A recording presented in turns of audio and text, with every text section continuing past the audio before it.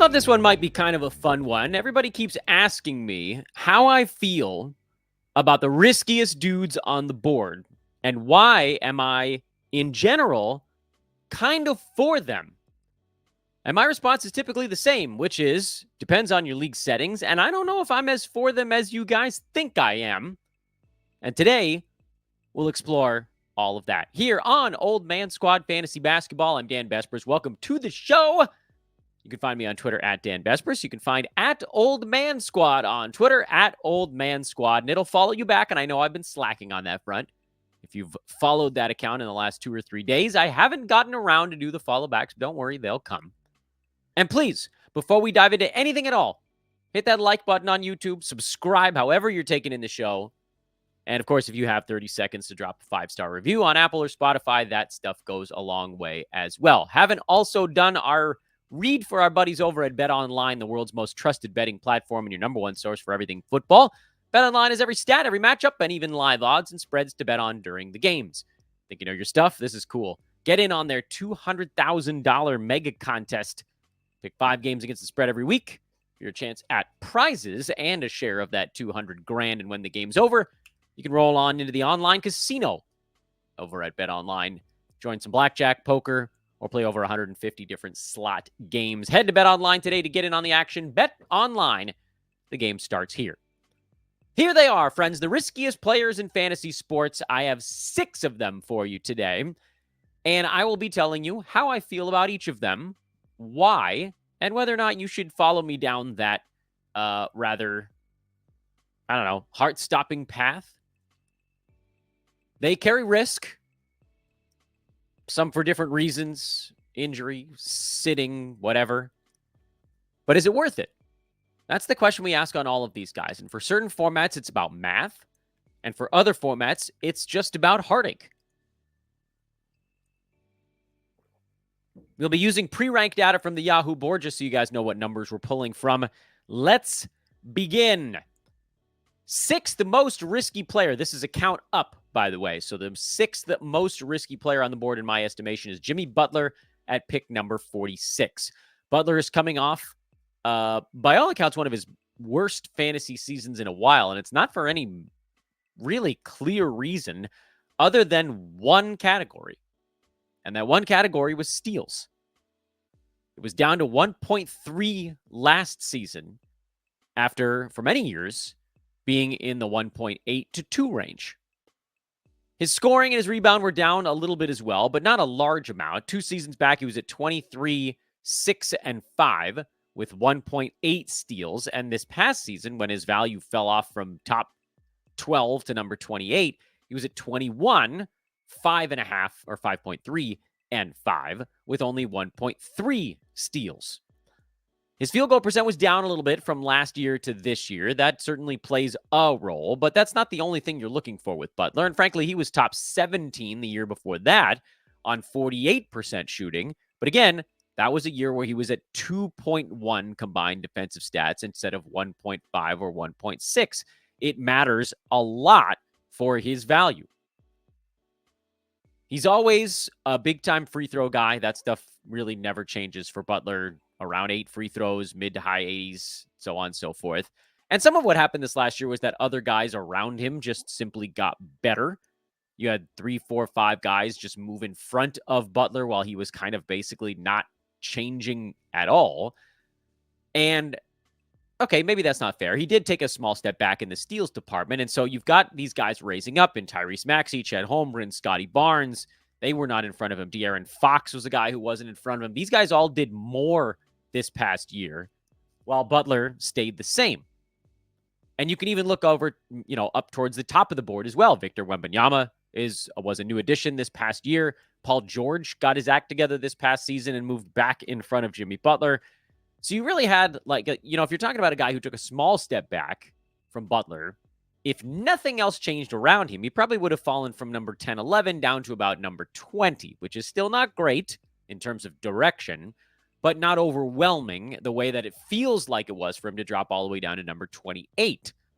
But again, a lot of that was a league improving around him in fantasy stats. I have every reason to believe that Butler's steals come back up a little bit. We don't know if it's going to be the case. It could be the beginning of the downturn, in which case he ends up in the mid-20s again on a per-game basis. But at pick number 46, it kind of comes down to the math equation on Butler because, as we all know, he's going to have nagging injuries. Dude hasn't played more than about 75% of a season pretty much since he left Chicago. That's a long time ago.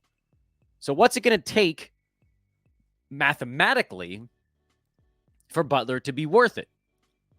If he stays where he was this last year in the mid-20s and misses 22 ball games, he was number 54 by totals last year, which sounds bad, but that's really right behind his ADP or his pre-rank here, which again is around 46. So for Butler, we really only need about 2 more games for him to get to his mark, and anything beyond that becomes gravy, meaning any additional games, any additional stats. There are a lot of ways that Butler could get past this number. And for that reason, in head-to-head, I say yes. And in roto, I say hell yes. Why the difference between the two? Those of you guys that haven't played a ton of roto, you might be wondering why roto I give a hell yes, whereas head-to-head I merely give a regular, not as full-throated yes.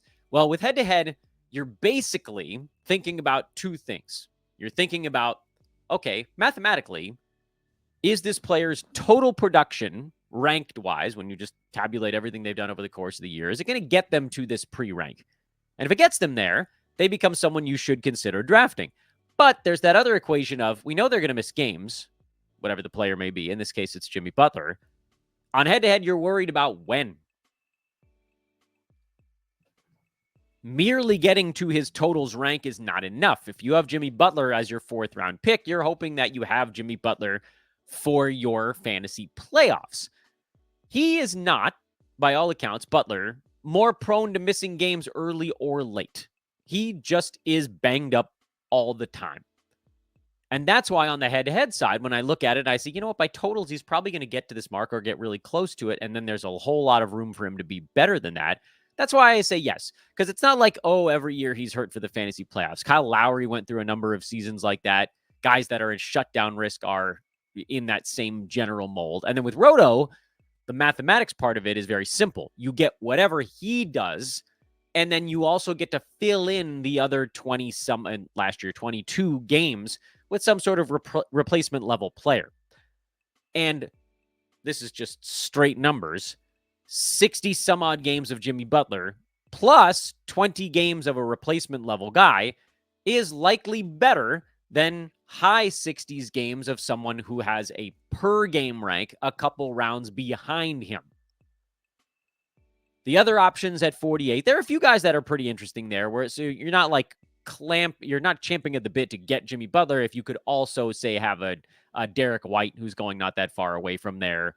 Or you could go DeMar DeRozan, who's not all that different. He's probably going to be ranked, 20 slots later than Jimmy, but could he play an extra 15 games? Yeah, that makes DeMar for 70 some odd games plus a handful of replacement level stuff. That's probably better than the 62 of Jimmy plus 20 of a replacement. But if you're talking about a guy that you draft near here that you don't even think can get to this mark on a per game basis, and you're just doing it for durability, you're doing it wrong on the roto side. You want per game maximization and then go from there. I won't do that explanation on every player on the list, but I felt it was important here for risk number 1.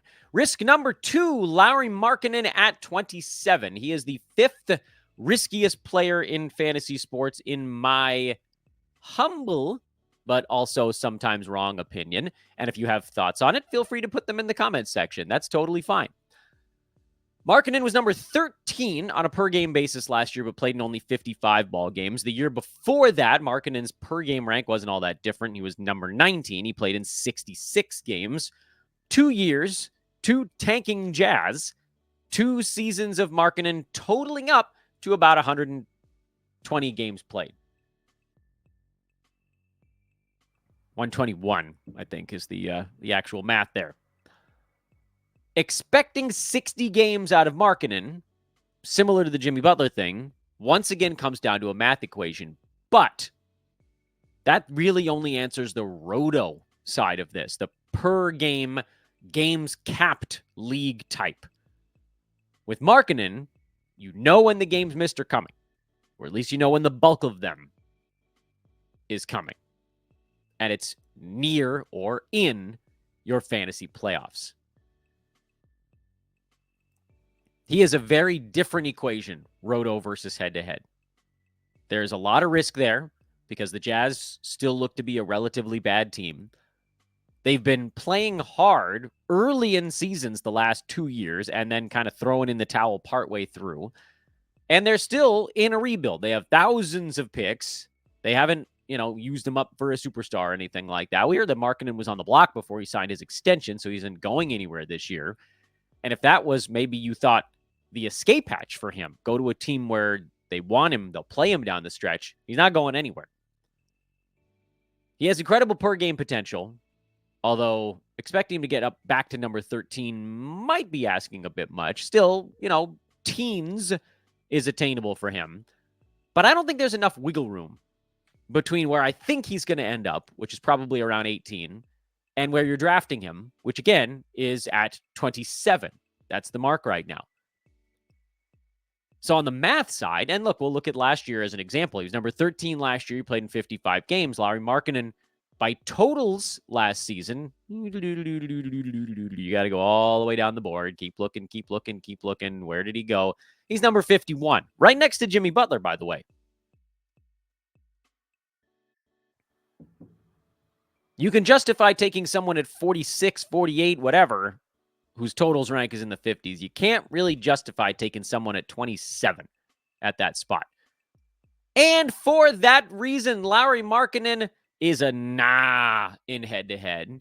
In roto, I have a soft yes on Markkanen, but it's soft because I gotta not like the other guys around him on the board, and I also don't want you doubling up on risk. So, like, if you have Kawhi already, don't do it. If you have, Kyrie Irving, who we just talked about, if you have Joel Embiid, who will be coming up later on the board, and we'll figure out what number he's going to be here, don't double up on all your risk. But if you have a couple of guys early that are relatively healthy on the roto side, you could take Markkanen and hope that it's the year that he plays 65 games instead of 55, because that actually would make all the difference. And you can look at last year's board to get a feel for that also. Just look at some player ranked near Markkanen who played 60-some-odd games and see how far they fell. The answer is not very much. Devin Booker was number 16. He played in 68 ball games. By totals, he was number 21.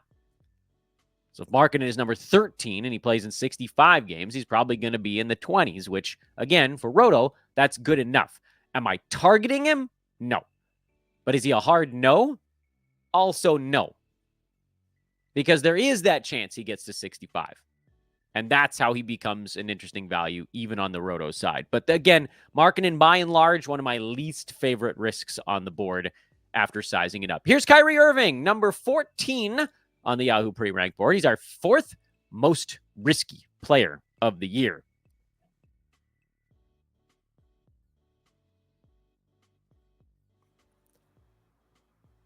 Now, we should probably throw in one little caveat here. Kyrie Irving is pre-ranked at 14, but his ADP is 19. So in reality, he's going closer to 20 than he is to 14. And that's actually an enormous difference, because if you have the 14th pick, you have some pretty good options still on the board. Hell, we've seen Steph Curry still there at 14, Donovan Mitchell, Booker, Harden. These guys are outstanding choices who don't carry the same risk of games missed as Kyrie Irving. And I heard on a different podcast recently, I can't remember what, or maybe it was on Twitter, I can't remember. Someone was talking about how Kyrie isn't that risky anymore because he's happy. And yes, he does seem to be quite comfortable in Dallas. I'll definitely agree with that. But he played only 58 games last year while happy in Dallas. And like, happy or not, the last time Kyrie Irving made it through a season mostly unscathed, I would argue, was 2018, 2019. He played 67 games for Boston. He still missed 15. Still missed almost 20% of the year. but at least you got to high 60s. First COVID year, he was hurt, played 20 games. Next year, coming out of it, he played 54. Then it was vaccine year, and then he played 29. And you can go all the way back to his last season in Cleveland to find the last time that he missed fewer than 15 games in a season. He only missed 10 that year. And the last time it was single digits, happened one time in his entire NBA career, was 2014, 2015. A decade ago, he played 75 games for the Cavaliers. Kyrie is an old man now. He's 32, he'll be 33 in March. He's not just going to suddenly play 15 games more. I think you're talking about a guy who probably gets to, in a best case scenario, mid-60s. So again, let's think about the math of this. Most likely, Kyrie will be trying to play down the stretch. So his head-to-head and his roto handicap is not that different. I don't think there's a way to say, oh, definitively, Kyrie's missed games are going to come towards the end of the year. They come all throughout the season, much like Jimmy Butler's. It's always something. Nagging hip, nagging back, nagging knee, whatever it is. He's sore, like Butler. Okay. Is there enough gap between draft slot and production? If we assume that Kyrie's going at 14, as the pre-rank suggests, then the answer is no for both. If we assume he's going at 20, the answer becomes like sort of yes for both. And we don't have a great example of this from last year, but the closest would be, actually, honestly, probably himself. Or Kawhi, but 68 games is way higher than we're expecting to get out of Kyrie Irving. There isn't a great example near him from last season where you can kind of just look at the math and say, okay, yeah, this makes sense. Kyrie from the year before might be the player we should compare him to. He played 60 games out of 82, not this last season, but the prior one. And he was top 10 per game, and by totals, he was number 13. Guys played more games this last year than that one because of the 65-game threshold or some other combination of factors. So he probably would fall farther than that right now. But again, if you're getting him at 20 and he's playing 60 games at a top 10 clip, he beats that mark by totals. If you're getting him at 14 and he plays 60 games, he probably doesn't. He literally falls in between what his rank is and where he's actually going. And for that reason, on the head-to-head side, I say no. I need a guy that I can trust more. If the upside with Irving is that I'm able to draft him in head-to-head at 20, and by totals, he gets to 14, that's decent. But it's not all the games missed become a huge pain in the neck. And on top of that, for head-to-head, two of the categories that Kyrie is the best at are the most variable ones, and that's the percentages. Roto, I have him classified as almost, because by 20, I'm probably going to do it. At 14, I'm not. So basically, if you can get Irving near where he's going in drafts, which is near 20 or later, on the Roto side, I think the math says you should probably do it, and then you fill in around the edges. Head-to-head side, probably not. Too much of a headache and not enough opportunity to zoom past where you need him to be. The third most risky player in fantasy is Kawhi Leonard. He's riskier than Kyrie Irving because he skipped the Olympics and finished last year with an injury. Kyrie, remember, went to the finals also, so he's not exactly in spring chicken mode this year. But it's hard for me to argue that Kawhi Leonard is actually coming into this season fully healthy. He's not, and you guys know my position on players is generally not to draft a dude if they're not ready on opening night. I think there's a chance that Kawhi is ready by opening night, and it felt like some of the Olympic stuff was more precautionary, but we don't really know right now on September the 18th. We hope to know by training camp in a couple of weeks. That'll be a good answer on whether or not we can take the plunge on Kawhi, because from a strict handicapping standpoint, this could be an absolutely enormous year for Leonard. If he can keep his shooting efficiency as high as it has been the last couple of seasons, while also increasing his usage, this last year, remember, he took 17 shots, 4 free throws, and had 3.5 assists. If you see assists, points, threes, field goal, and free throw attempt all go up for a high percentages dude, that's a massive kick in the rear end in the positive direction for his fantasy value. And you guys know, one of my hot takes this year, maybe my hottest hot take, is that I think Kawhi Leonard is a top 4 per game guy this season. And that's probably a bit of a reach because you've got Embiid, Jokic, and Wemby are basically guaranteed. So his only shot is to be number 4. That means he'd have to beat Anthony Davis and Luka Doncic and Shai Gilgeous-Alexander. But I don't think it's impossible.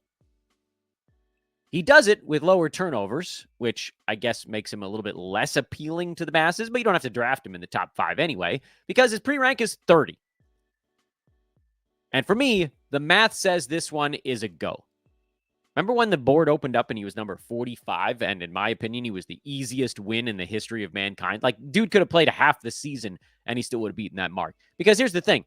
Joel Embiid was a great example of how everything could go wrong. He was number 1 on the board last year, but only played 39 games. You guys remember where he finished by totals? 52.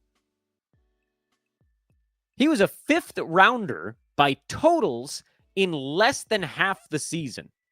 That's nuts. And obviously, Kawhi's not going to be number 1, and we don't want him if he's only going to play 40 games, but it's a shimmering example of how getting even into the mid-50s, Kawhi Leonard is going to smoke a pre-rank of 30. It's just not that hard. Like, the guys at the top of the board, they don't have to do that much. They just don't. I'm trying to find the last time one of the top players on the board logged a game total in the 50s. And I think it was Kyrie Irving during that. Oh, that was a 72-game season? Never mind. That doesn't help us very much. What do we got? Nope. Got to go back to 2018 or farther. That's when everybody played in games. Keep looking, Dan. There might not be a good example of this from a math standpoint. If you go back to 17-18, everybody played in most of the season. Top of the board didn't miss games at all. What a crazy time it was.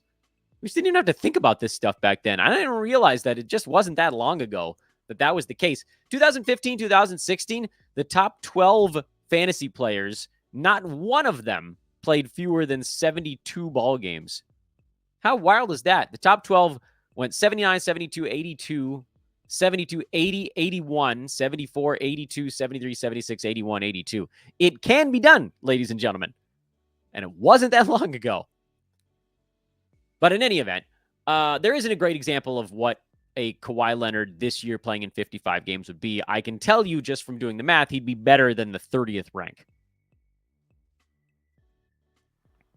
But when are the games missed going to happen? We don't know. Last year, he tried to play through things, played in some back-to-backs, racked up a lot of games played, ended up hurt down the stretch. This year, they'll probably be more careful with him, but the Clippers also don't have PG, so they're going to need wins every place they can get them. So they're going to have no choice but to try to play Kawhi Leonard. Does that mean he's less likely to make the playoffs? Maybe, but head-to-head, he's still a yes for me. The upside is so enormous that if we have anything other than a catastrophic season for him, it's probably a win. And in Roto, I still love him to death. This is all, by the way, provided that we see him come into training camp in okay shape, and he's expected to start the year and play in the Clippers opener at the Intuit Dome. Second risky Dan player in fantasy is LaMelo Ball. And this is one that truly comes down to whether or not you believe that the ankle braces are going to do the trick. Because LaMelo Ball just keeps hurting the same thing over and over and over and over again. And that's not good. He's been in the NBA for 4 years. He played a full season in his second campaign, 75 out of 82 games. His other 3 were 51 games, 36 games, and 22 games. Not good. 25% hit rate on actually making it through a season is bad, especially when the issue is the same issue over and over and over again. Here's the problem. In 9-cat, LaMelo Ball probably finishes around where he's getting drafted, which is a stark difference. By the way, that's number 19 right now. His pre-rank is 19. Last year, he finished at number 22 per game in 9-cat. and better than that in 8-cat. We're talking 9 categories right now. The problem with that we're not seeing from the rest of these guys is that everyone else on this board is being drafted well behind their per game ranking because of injury risk. For years, LaMelo Ball has been getting drafted in front of his per game rank despite injury risk. And this year, the injury risk finally brought him back down to where he should have been getting drafted all along. I'm of the opinion that until we see his ankle make it through a year in these new braces, if that is indeed what's happening, I'd rather let somebody else roll the dice. In almost every scenario. Roto in every scenario. I see absolutely no reason to take a guy that doesn't have that screaming per game appeal at his draft slot in 9-cat.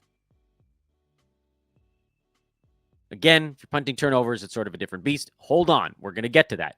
Don't yell at me in your mind yet. There's more to this discussion. In Roto, I'm not trying to punt anything right out of the chute. Certainly not by my second pick. So that takes him pretty much off the table because I'm not taking a colossal risk on a second round pick who needs a punt to have that per game upside. If I'm taking a risk in Roto on my second round pick, it's going to be on a guy like Kyrie, who's probably going to be 10 slots better than his ADP on the per game side. Or hell, even Kawhi at the very end of the second round, if you wanted to go early, he's still going to be probably 15 slots ahead of that, maybe more. LaMelo doesn't have that advantage. The advantage LaMelo has is that in specific builds, he rockets up the board because he has 2 categories he's very, very bad at, being turnovers and field goal percent. Most of the other guys in the second round don't have his type of, frankly, late first round fantasy creation. He's very, very good in a handful of things, and he's very, very bad in a few also. He's more your prototypical big up, big down, head-to-head kind of guy. And so for that reason, LaMelo Ball and head-to-head gets a rarely, but I talked about it on a show earlier, like if you've got Wemby, LaMelo Ball is actually the perfect pair. You punt field goal, you punt turnover, and your team is a freaking monster in the first 2 picks. Your team is beastly in points, threes, boards, assists, steals, blocks, free throws are good. You've created now 7 big positives and 2 big negatives, and you just keep leaning into that over and over again, and you got a hell of a head-to-head team. LaMelo, Damian Lillard are kind of the 2 guys that I like going with. Wemby, Dame, less so because his steals are not as good. I like that LaMelo has the bigger steals number there because you combine that with Wemby's big steals out of the center spot. It's a heck of a start.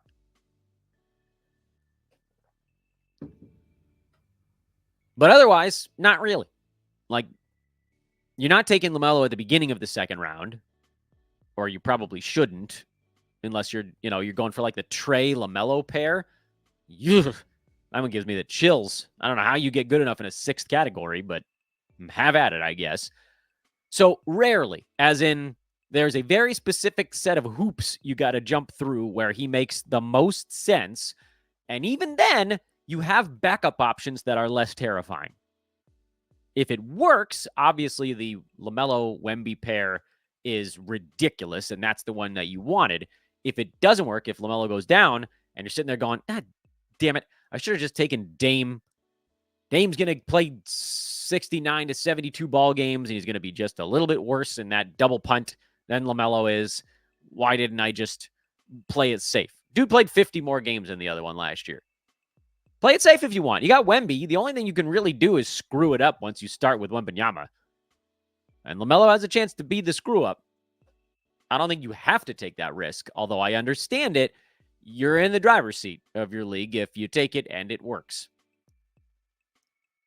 And finally, to no one's surprise, the last name on today's 6 riskiest players in all of fantasy basketball is the number 1 risk on the board, and that's Joel Embiid. And frankly, He's not just the number one risk because he has probably the worst injury history of any name we've talked about today. He's the number one risk because he's the only player we're talking about that you have to draft in the first round if you want to get him. That by itself makes him the scariest player to draft in fantasy basketball. By itself. Because anybody else on this list, your team can recover from. Even second round picks, your team can recover from. I had a Nikola Jokic, Michael Porter Jr. team a couple years ago, and MPJ played, like a week and then was done for the year. That team was still fine. I don't think it won the league, but it was top 3. It was a roto league. You can come back and be fine if you lose any of your picks besides your first. If your first round pick goes down, you are, and I don't swear on this show, but you know the word. You're doinked. You're screwed. You're ruined. You're doomed. You're SOL. And that's why this decision is damn near impossible. You want it to be even more complicated? Well, okay. Now you have an opportunity. By the way, Embiid's pre-rank is 6. Typically, he goes at 8 or 9, or 7, sorry. Typically, he goes at 8 or 9, but his pre-rank is 7. So we'll just treat him as between 7 and 9 for this discussion. A further complicating factor, if you're into that sort of thing, is that the guys getting drafted around Embiid are guys like Jason Tatum and Kevin Durant and Trae Young and who the hell else am I forgetting here? It doesn't matter. Joel Embiid was so much more valuable than those players last year. You're basically like giving away a second round pick. Taking Joel Embiid at 8 over Kevin Durant or flip-flopping it is like saying, you know what? I don't need this extra second round pick. Because that's what Embiid becomes. He is like 2 late first round picks put together every game he's on the court. Everyone. I'm not kidding. His individual value, what he's able to do from one lone roster spot, because again, part of a player's value is their ability to do it utilizing only one roster slot. Embiid does all of what he does, which is like having a second rounder and another second rounder versus Embiid and like replacement level guy, 80 to 110 range type of player. That's what he is. It's absurd how valuable Joel Embiid is. And that's why it's so freaking hard, because it comes to you at pick 8 and you're staring at the board and you're rubbing your temples because Halliburton just came off, and you're debating between Jason Tatum, who has no shot to be better than number 11 this year, or Joel Embiid, who could be number 1. And I know 10 slots doesn't sound like a lot, but man, the gap between 11 and 1, there's so much airspace there. It's the same size. By the way, the gap between Paul George and Joel Embiid is the same size as the gap between Paul George and John Collins last year. The gap from 1 to 11 is the same as the gap from 11 to 80. That's how far in front Joel Embiid is. How can I, in good conscience, not take the guy who could carry my team and say, oh, well, I don't want my year to be finished? Here's the thing. Taking a late first rounder who you expect to be a late first rounder puts you so far behind the top 4 teams this year that it's almost impossible to catch up anyway. In Roto, you could take other risks if that's your jam, although based on where guys are going, maybe not. Like Kyrie in the second round is probably the only player of the list we've talked about that's available near your picks. I may be Markkanen, but Kawhi is going more towards the beginning of the third round. Butler is going towards the end of the fourth. If you're picking at 8, you ain't going. You don't have a pick near the beginning of the third or end of the fourth. You could go Kyrie coming back. Okay, great. You got a second rounder now that's probably a late first. That's a little bit of a jump, but he better stay somewhat healthy. How do you beat a team with Jokic or Wembanyama or frankly even Luka this year if you don't take a swing late in the first round? You almost have to, but I understand it because in head-to-head, if he goes down early, there's not even a point in logging into your league anymore. And so for that reason, on the head-to-head side, I can't do it. It's too terrifying. I want to be able to pay attention all season long. I want to give myself a shot because come playoff time, there is no guarantee that Wembanyama is on his feet. Sorry, knock on wood, we love it, but no guarantee. There isn't a guarantee that Nikola Jokic is playing those games, although he's about as close as any player in the league that for us to be able to guarantee he's going to be upright. There is no guarantee that you're going to have to play either of those teams come playoff time. Someone else might knock them off before you have to deal with them. And so in head-to-head, I'd rather not take the massive risk at pick 7 or 8.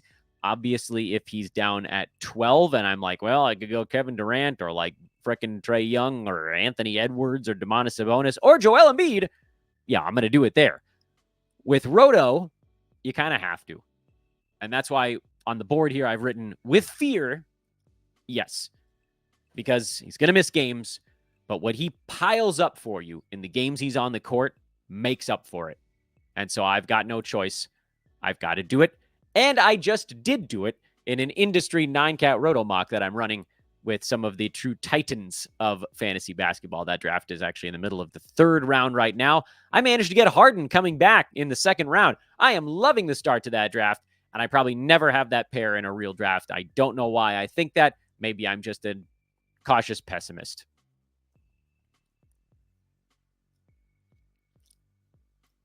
And those are the 6 riskiest players in all of fantasy basketball. Thank you so much for listening to both of our shows today. We went, maybe a little bit buzzier on names, but I think this is actually kind of interesting. And folks always want to know why I take some of the risks that I do. Why am I higher on certain riskier guys than others? This is why. I am at Dan Vespris on social media. At Old Man Squad is the network feed. Please follow them both. Remember to hit the like button before you close your window or tab or app or whatever you're using to watch or listen to this thing. That's a big one on YouTube. Subscribe, however you're bringing in the content. So that's a big deal. When you subscribe, you get alerts. And when people listen to things, it moves up the board. And that is how we continue to get back to where we were before. It took me 8 damn years to build what I had prior to moving over here to Old Man Squad, and I want to try to do it in 1. Dan, you're an idiot, but it's worth a shot. Thanks for watching, everybody. See you guys tomorrow. Well, we'll be talking, we'll have a guest. Tomorrow's a guest day. Ooh, surprise, surprise. Tell you about it in the morning. We'll get a double dip going on Thursday, probably a mock draft later on. Everybody keeps asking me to go from the 12 slot, so maybe that's what we'll finally get around to doing tomorrow. Until then, adios.